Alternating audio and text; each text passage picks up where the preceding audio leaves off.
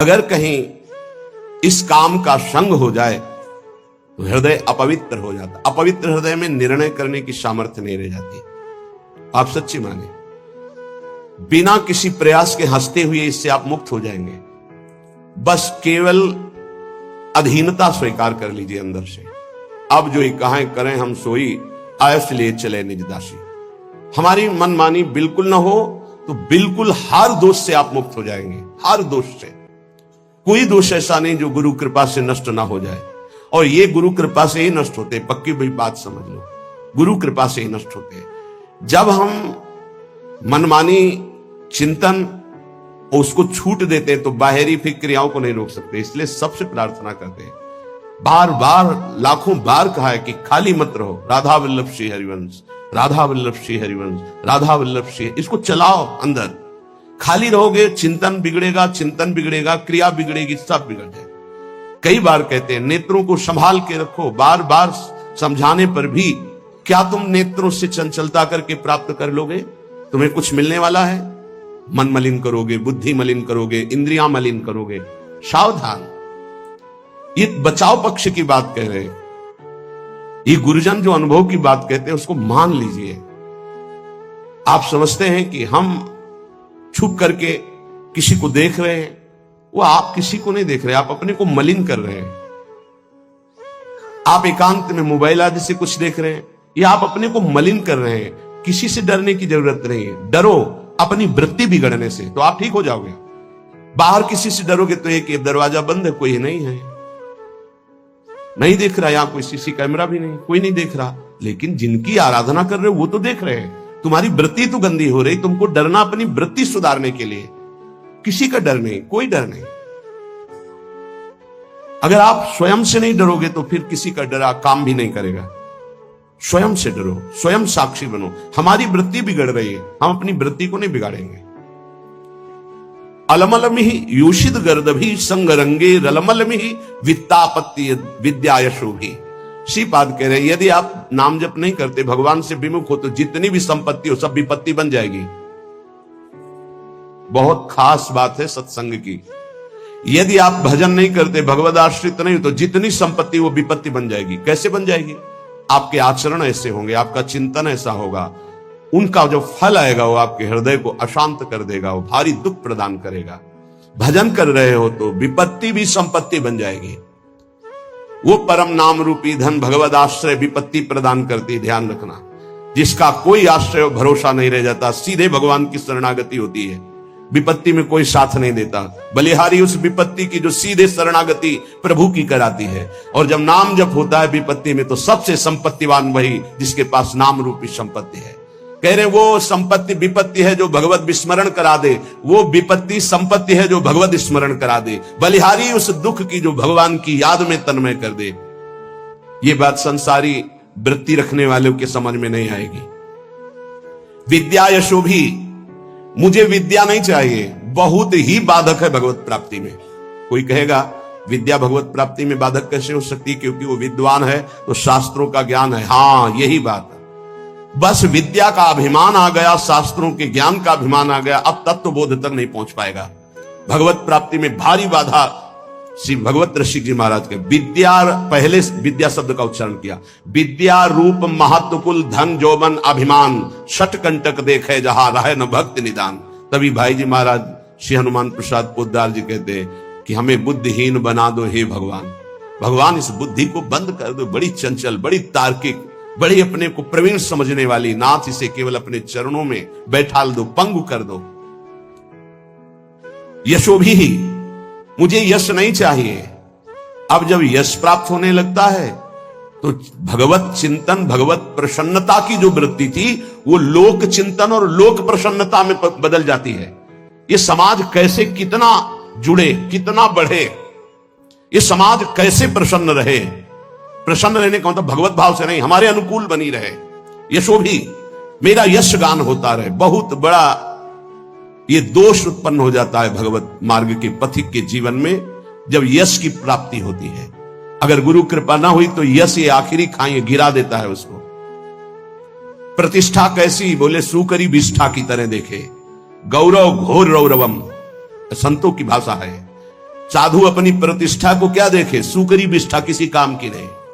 गौरव, मुझे लाखों प्रणाम करते, बोले घोर रौरवम, ये घोर रौरव नरक के समान इसको समझो। जो यश कीर्ति प्रतिष्ठा मान सम्मान प्रिय लगने लगा तो बड़ी ऊंचाई से नीचे गिरने में धम्म से देर नहीं लगती।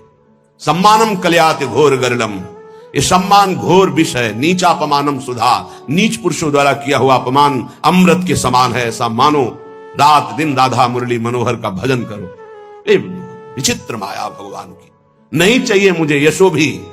श्रीपाद कह रहे अलमलमिह नाना साधना या सदुखई, मुझे नाना प्रकार के साधनों में दुख नहीं उठाना।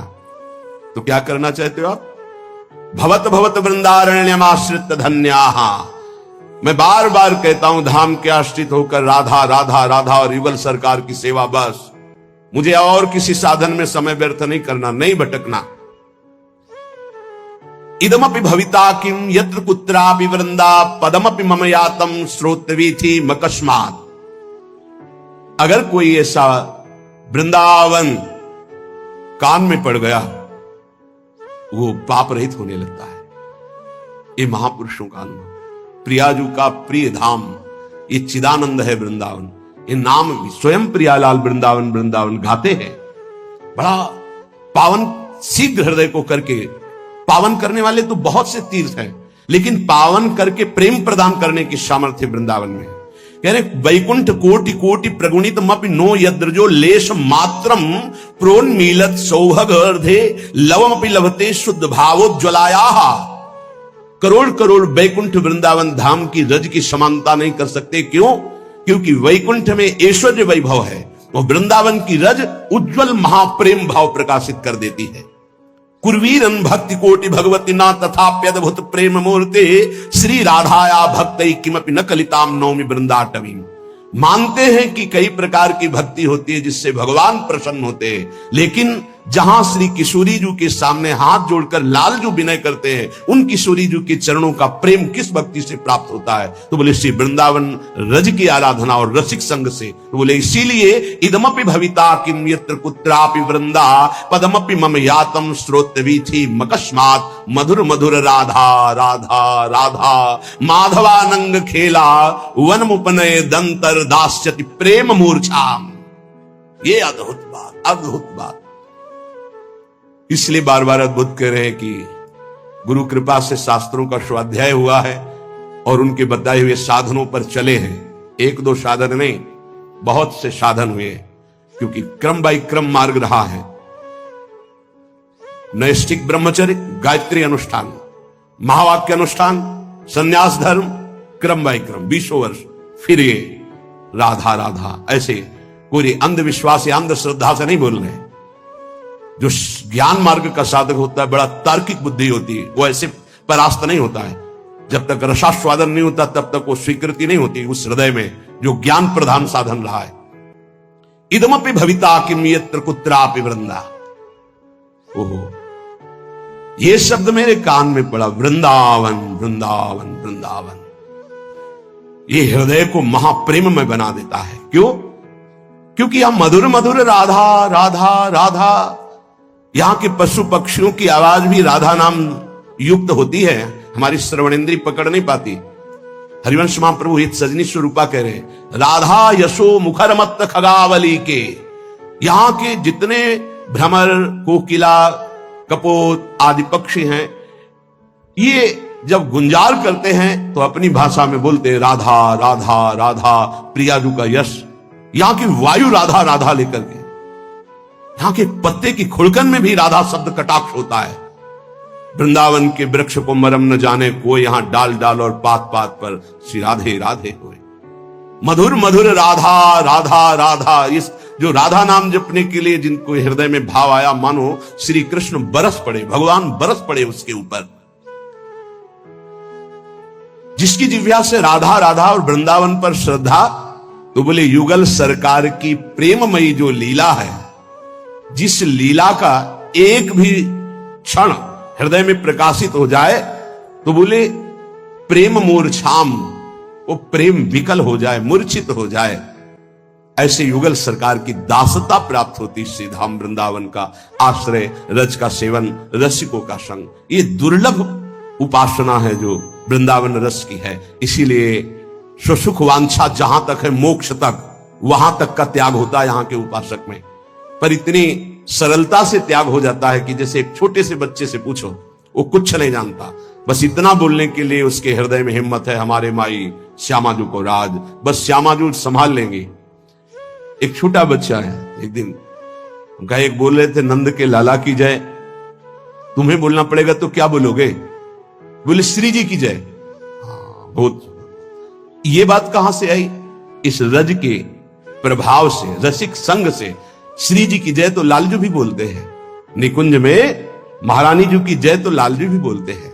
ये बाहर के नहीं जान पाएंगे, ये महल है, ये प्रेम का वैभव है, ये प्रेमी जनों के द्वारा ही जाना जाता है। इसलिए अहो भाग्य, हमें वृंदावन की रज का सेवन करने को मिल रहा है, राधा राधा बोलने को मिल रहा है। हमें अन्य की तरफ अब नहीं दृष्टि डालनी है, हमें अपने मार्ग को पहचान कर चित्त का समाधान करके, आश्रित होकर के उसमें डूब जाना है। जो रसिक संघ है, पूज्यपाद श्री उड़िया बाबा जी महाराज, इनके दर्शन मात्र से, इनके ऐसे परमाणु हैं, वो हमारे हृदय में आकर के प्रियालाल के प्रेम का आकर्षण करते हैं। बड़ी सूक्ष्म बात है।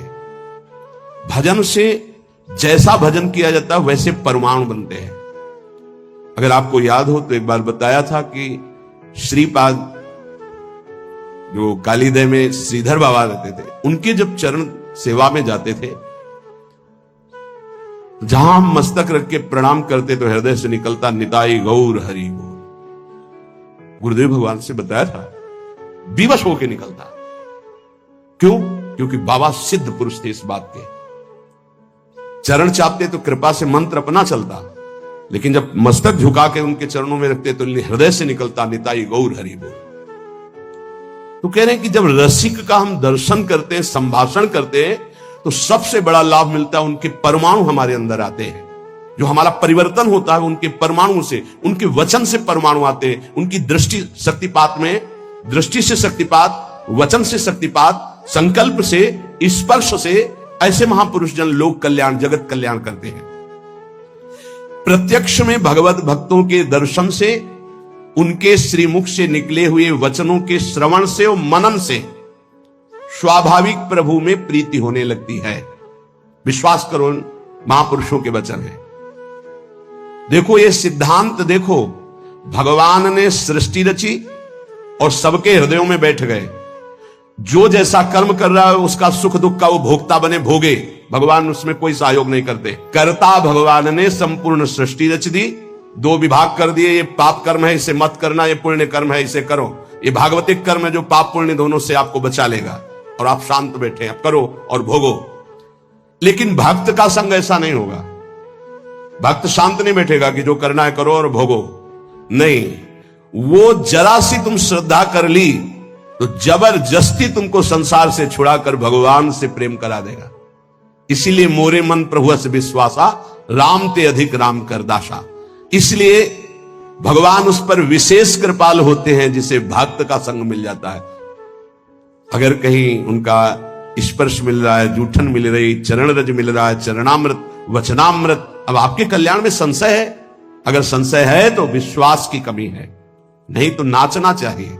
जब गुरुजनों का उच्छिष्टामृत आता है तो रोना आता है कि कैसी अहेतु की कृपा है, उनको क्या, पर वो अपना उच्छिष्ट में दे रहे हैं। अहेतु की कृपा, अहेतु की कृपा। जैसे आया कि महाराज जी ने राजभोग का उच्छिष्ट भिजवाया है, बस ऐसा लगता है कि केवल अहेतु की कृपा, केवल कृपा ही कृपा। कृपा ना होती तो क्यों अपनी तरफ से। अब हमें कोई परम पद चाहिए, अब हमें कुछ मिलना बाकी है। जब हम उच्छिष्ट का पान कर रहे हैं, उनकी चरण रज के आश्रित हैं, कुछ नहीं चाहिए, कोई हमें पदवी, कोई फल नहीं चाहिए। बहुत बड़ा फल मिल गया, मेरे गुरुदेव प्रसन्न है, मुझे उच्छिष्ट मिल रहा है, बस। गुरु प्रसन्न तो साहब अनुकूला, मेरे साहब मेरे आराध्य देव अनुकूल है, इसलिए ऐसा है। मिटी सकल कल्पित भय सुला। अनुरागी भक्त के आगे भगवान दीन होकर रहते हैं। जो चतुराशी जी के प्रथम पद की दूसरी पंक्ति, भावे मोहि जोई सोई सोई करें प्यारे, ये अनुरागी भक्त की स्थिति होती है। भावे मोहि जोई सोई सोई करें प्यारे, ये शरणागत भक्त की स्थिति होती है। जोई जोई प्यारो करे सोई मोहि भावे, और ये शरणागति सिद्ध अनुरागी महापुरुष की स्थिति होती है। भावे मोहि जोई सोई सोई करें प्यारे। पूज्य बाबा कह रहे अनुरागी भक्त के आगे भगवान दीन होकर रहते हैं। जिनकी भगवान में दृढ़ आसक्ति है उसी को अनुरागी भक्त कहते हैं, और ऐसे अनुरागी भक्त का इशारा भगवान देखते हैं। वो भगवान का इशारा देखता है। जैसे कोई आया, वो अंदर इशारा हुआ तो समझ में आ गया भगवान ने इसे पास कर दिया है कि अब ये संसार से मुक्त हो। और जब देखा ये भगवान के प्रति थोड़ी भी उदासीनता आ रही है तो वो भगवान की तरफ देख के कहते हैं, तो भगवान उनके इशारों को देखकर हृदय का परिवर्तन कर देते हैं। पक्का ये अनुभव की बात कह रहे। आराध्य देव गुरुदेव के इशारे को देखकर हृदय का परिवर्तन कर देते हैं। इस यह गुण साधन ते नहीं हुई, तुम्हारी कृपा पाओ कोई कोई। कैसे तुम्हें बताएं भक्त के सामने भगवान नाचते हैं। जैसे गीता जी में कहा, यंत्रारूढ़ानि मम माया, मैं अपनी माया के प्रभाव को देख रहा हूं, सबको कठपुतली की तरह नचा रही है। उमादार जोशित की नाई सबई नचावत राम गुसाई। और प्रेमी भक्त के सामने ये कठपुतली की तरह नाचते हैं। इतना अंतर है भक्त और जगत में। भगत और जगत में इतना अंतर है कि जगत उमादार जो सिद्ध की नाई कठपुतली की तरह सबई नचावत राम गोसाई, और यहां ताई अहीर की छोहरियां छछिया भर छाछ में नाच नचावे लाला। पहले नाच के दिखा फिर तुझे। ये प्रेमी भक्तों की में भक्तों के इशारे पर नाचते हैं श्री भगवान। इसीलिए भक्त महिमा है। मोते अधिक संत कर लेखा, जाने संत अनंत समाना। एक क्षण के लिए कभी प्रभु अपने भक्त से दूर नहीं होते। अगर आप हम पास बैठे हैं और आपका नाम नहीं चल रहा, मंत्र नहीं चल रहा, तो या तो इधर नहीं है और या फिर उधर कनेक्शन नहीं है। बोर्ड है, तार बढ़िया है, बल्ब भी सही है, कनेक्शन भी लगाए हो, लेकिन थोड़ा आधा चावल अंतर है, तो आप बटन को ऑन ऑफ करते रहिए, उसमें लाइट नहीं जले। बस वो जो आधा चावल का अंतर है उसको और जोड़ दीजिए, फिर ऑन कीजिए, जल जाएगी। ऐसे पास हो, थोड़ा भी अपनापन कहीं है, कहीं भी त्रिभुवन में है, तो ऑन नहीं होगी। नहीं तो यहां जो चल रहा है वही तुम्हारे अंदर चलना चाहिए। समर्पण शरणागति का मतलब है जहां शरणागत हम हुए उनके जो चल रहा है वही चलना चाहिए। वो नहीं चल रहा तो कनेक्शन ठीक नहीं है आपका। अगर कनेक्शन सही है तो फिर वहां चल नहीं रहा, इसलिए नहीं चल रहा। नहीं तो एक बार सदगुरुदेव भगवान के से भजन की याचना कि जैसा भजन होना चाहिए जो देखते हैं महापुरुषों में वो नहीं है। उनका गुरु रूपी बट वृक्ष की छाया में रहकर भी धूप का क्लेश, महापुरुषों के वचनों का भाव समझना। गुरु रूपी बट वृक्ष की छाया में रहते हुए भी धूप का क्लेश, क्या शरणागति में कमजोरी है क्या? एक गुरु का सानिध्य और ऐसी बात, गुरु परब्रह्म साक्षात हमारी लाडली स्वरूपा हमारे सामने, उनकी परिचर्या में अभी कोई भजन की और अरे वो साक्षात भजन का फल हमारे सामने, हम समझ ही नहीं पाते ना। भक्त की अहमता ममता पूर्ण प्रेमी रसिक गुरुदेव के चरणों में समर्पित हो जाती है। इसी से उसको कोई परवाह नहीं होती, क्योंकि अहमता गई तो परम पद का अधिकारी हुआ, ममता गई गुरुदेव के चरणों में तो प्रेम प्राप्त हो गया। दोनों बातें ध्यान दीजिए, और ये दोनों सब बचा के रखते हैं अपनी अहमता और ममता शुद्ध स्वरूप से। जब ये वस्त्र गुरुदेव को दे दिया, वो सर पे बांधे, वो कमर में पहने और चरणों के नीचे रखे, प्रश्न कैसे हो सकता है कि हमारे वस्त्र का आपने ऐसा कैसे प्रयोग कर लिया, चरण में कैसे रख लिया? इसका मतलब आपने केवल देने का नाटक किया, अहम तो पूरा आपके पास है। क्योंकि अब मेरा शब्द तो केवल गुरुदेव में गया, मेरे गुरुदेव बस। तन वांग मनोभी रमलई सोहम तो विवासिता, मेरा शरीर, शरीर की समस्त क्रियाएं, मन, मन का संकल्प, बुद्धि, अहम, ये गुरुदेव का है। मैं कैसे प्रश्न कर सकता हूं? अब मेरे अंदर प्रश्न की कोई धरा ही नहीं रह गई। यंत्रवत जैसे चाहे वैसे चला में परम पद मिला हुआ है, जो बड़ी बड़ी साधनाओं से नहीं मिलता, वो समर्पण से प्राप्त होता है। अहमता ममता, जैसे किसी ने ये प्रश्न किया कि जब हम आश्रय की चर्चा सुनते हैं तो हमारा साधन पथ में प्रमाद हो जाता है। क्यों? इसलिए कि आश्रित नहीं हो, तुम्हारी अहमता ममता समर्पित नहीं है, इसलिए अहमता ममता समर्पित हो जाए। उसका परिचय है नारद जी की भक्ति सूत्र में, आश्रय का परिचय है। तदर्पिता अखिलाचारिता तद स्मरणेन परम व्याकुलतेति। समस्त आचरण शरीर इस समर्पित, एक क्षण के लिए भी विस्मरण होने पर परम व्याकुलता, ये आश्रित का लक्षण है। अभी समझ ही नहीं पाए कितना बड़ा आश्रय, आश्रय का स्वरूप। भक्त के सामने ध्यान दीजिए, बहुत महिमामयी बातें अनुभवी हृदय से निकली हुई है। भक्त के सामने विषय भोग का आकर्षण तभी आता है जब भगवद आश्रय नहीं होता, शरीर आश्रय होता है। अहमता ममता हमारे पास है, हमने समर्पित नहीं किया इष्ट और गुरुदेव को, तभी विषय आकर्षण आता है, तभी विषय आता है। विषय जिसके सामने आता है तो भगवदाकार वृत्ति नहीं आती है। भगवदाकार वृत्ति अहमता ममता समर्पित करने वाले की, अहमता ममता, कितनी जोर की ममता का समर्पण भक्तों के हृदय में होता है। भगवान ऐसी कलयुग में अगर परीक्षा ले तो कोई देने के लिए तैयार ही नहीं, लाखों में कोई नहीं तैयार हो पाएगा। बोले हमारा सिंह भूखा है, मूरध्वज जी की कथा। हाँ प्रभु, आपको समर्पित तन मन प्राण, अभी आरा चला क्या मतलब गजब की भक्ति, गजब का समर्पण। अहमता ममता समर्पित है। दीवाल में चुने जा रहे हैं गुरु गोविंद सिंह के दोनों लाडले, 9 किशोर अवस्था है, अब मान जाओ, धर्म का त्याग कर दो, हमारे धर्म को स्वीकार नहीं। पूरा उनको दीवाल में चुन दिया गया, ना पिता के हृदय में क्षोभ, ना पुत्रों के हृदय में क्षोभ। यह है अहमता ममता का समर्पण। जरा देखो हम भक्ति का कैसा समर्पण होना चाहिए, कैसा समर्पण किए, तो एक तरह से उपहास कर रहे हैं। अहमता ममता को हम बचाए हुए हैं और परिवर्तन चाहते हैं तो कनेक्शन ही नहीं है। अहमता ममता का कनेक्शन ही नहीं है तो तुम्हारा परिवर्तन कहां से हो जाएगा।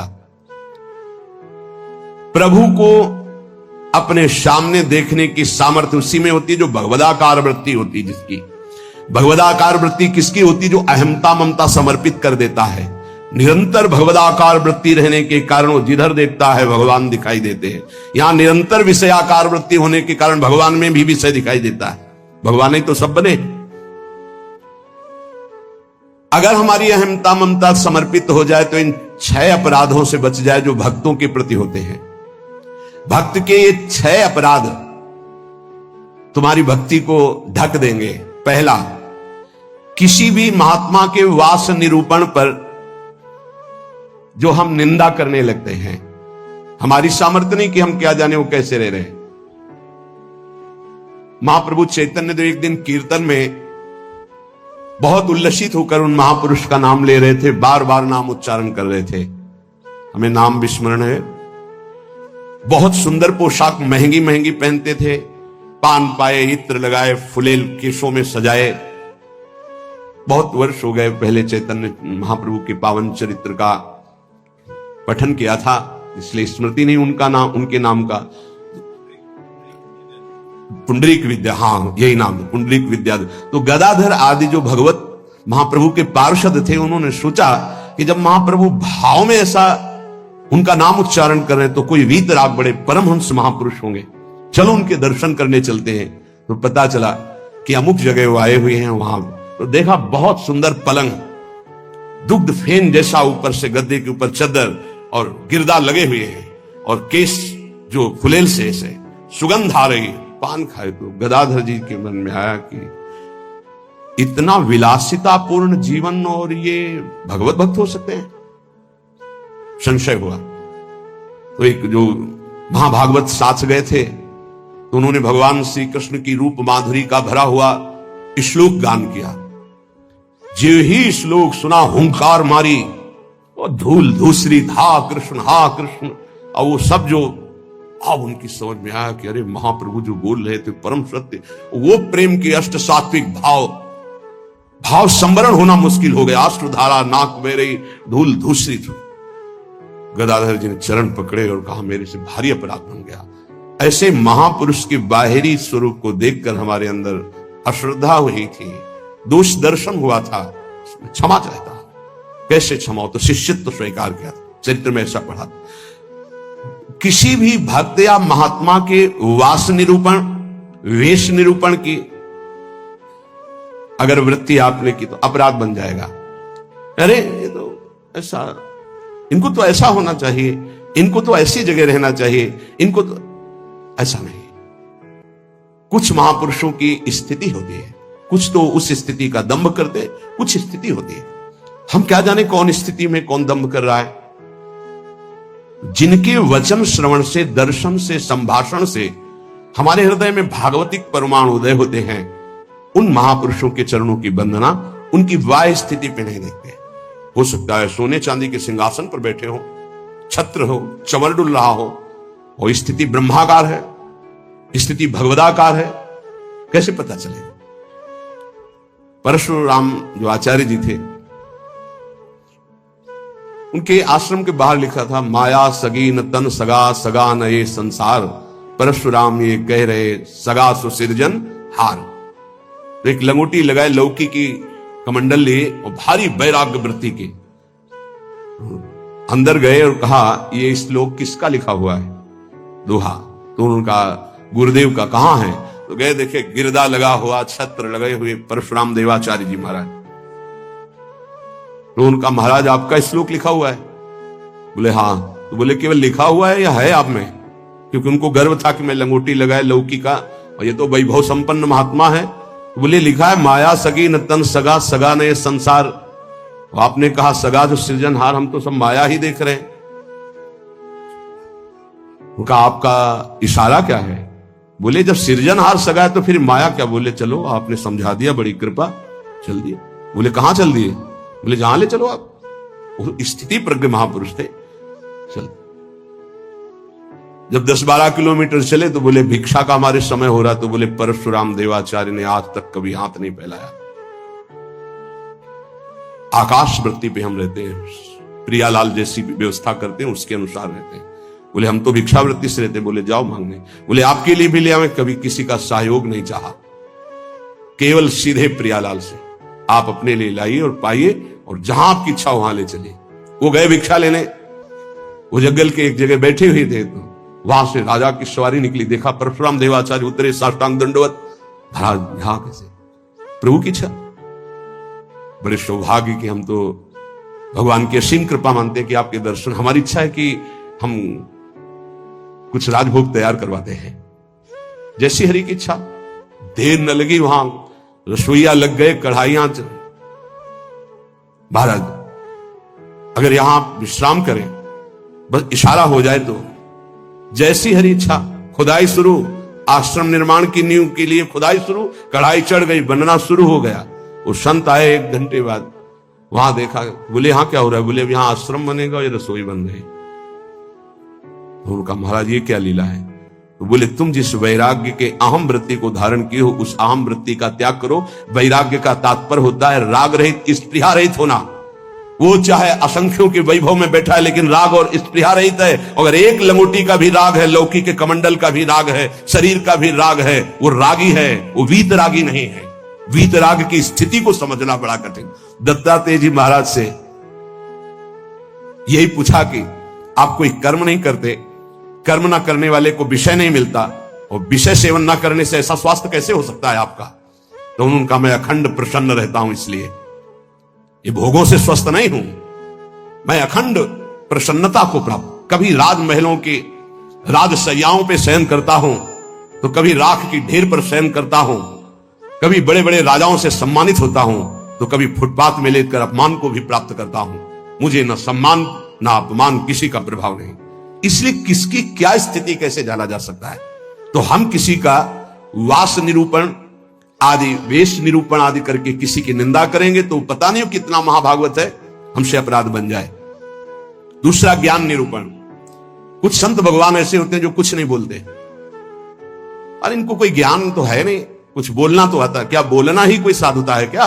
पता नहीं उसकी कितनी ऊंची स्थिति है, कैसे कोई जानेगा? इसलिए किसी संत के रूप में विराजमान जो भगवान हैं, उनके ज्ञान निरूपण करके निंदा न करें। इनको कुछ नहीं आता। आजकल यही है, केवल बुद्धि की धरा से देखा जाता है। अरे तो बोल नहीं पाते हैं, वो तो महापुरुषों की स्थिति को जानना कोई महापुरुष ही जान सकता है, दूसरा नहीं जान सकता। इसलिए ये अपराध न करे कभी कि किसी के संत के ना बोलने से ये समझ जाए कि अरे इनको कोई ज्ञान नहीं है। भला ये क्या जाने शास्त्र की बातें, पढ़े लिखे तो लगते नहीं हैं। पढ़ा लिखा होना भी बहुत सौभाग्य का विषय है और कहीं कहीं दुर्भाग्य का विषय है। तो एक आए थे,